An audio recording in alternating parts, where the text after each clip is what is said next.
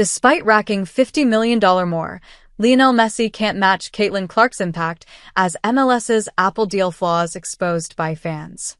The influence of big-name players in sports cannot be underestimated.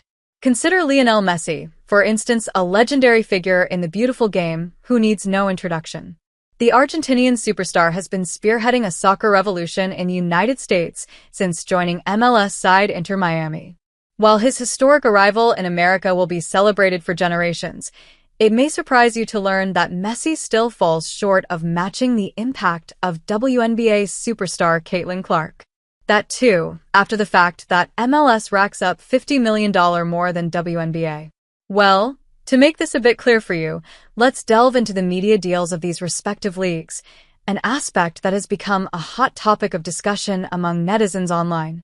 The WNBA earns $200 million annually under its new deal, while the MLS brings in $250 million per year. While it showcases that America's most prestigious top-flight soccer competition is way ahead of the Women's Basketball League, the courtesy of an MLS fan page at MLS Moves on X, formerly Twitter, has shared a rather stark reality. Keeping aside the popularity, nature, or genre of the sport, the key difference between both leagues is that the WNBA consists of only 12 teams, compared to the MLS's 30 clubs.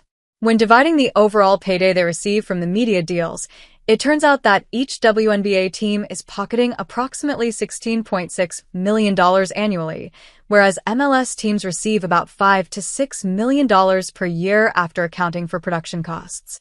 However, it doesn't end here, as what actually comes into play is the partners of both leagues.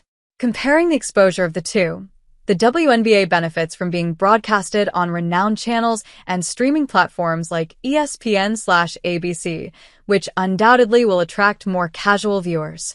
Meanwhile, the MLS is limited by its placement behind a paywall, or in simpler terms, the MLS Season Pass on Apple TV+. But imagine, if someone like Caitlin Clark has significantly boosted the WNBA's profile, then there is arguably no bigger sports star than Lionel Messi, who would likely generate massive ratings if featured on networks like ESPN, TNT, or NBC. Then again, the MLS lack of initiative to make itself a more global brand and accessible to its fans on a larger scale has hindered it from limiting its earning potential. How? MLS is losing out on its potential to generate more than the WNBA despite the presence of Lionel Messi. One can say, and even the X community suggests, that the MLS media deal with Apple TV appears to be losing its luster. If the Don Garber-led league needs to witness a surge in its numbers, they require a substantial number of subscribers to its season pass in order to share revenue from new signups with Apple. Notably, the current estimates place MLS subscriber numbers at around 2 million, a figure that has actually hit a plateau stage. Perhaps to grow this base, the league would need to enhance the quality of play and attract more high-profile players. Then again, this challenge appears to be an uphill battle under the terms of their long-term Apple partnership.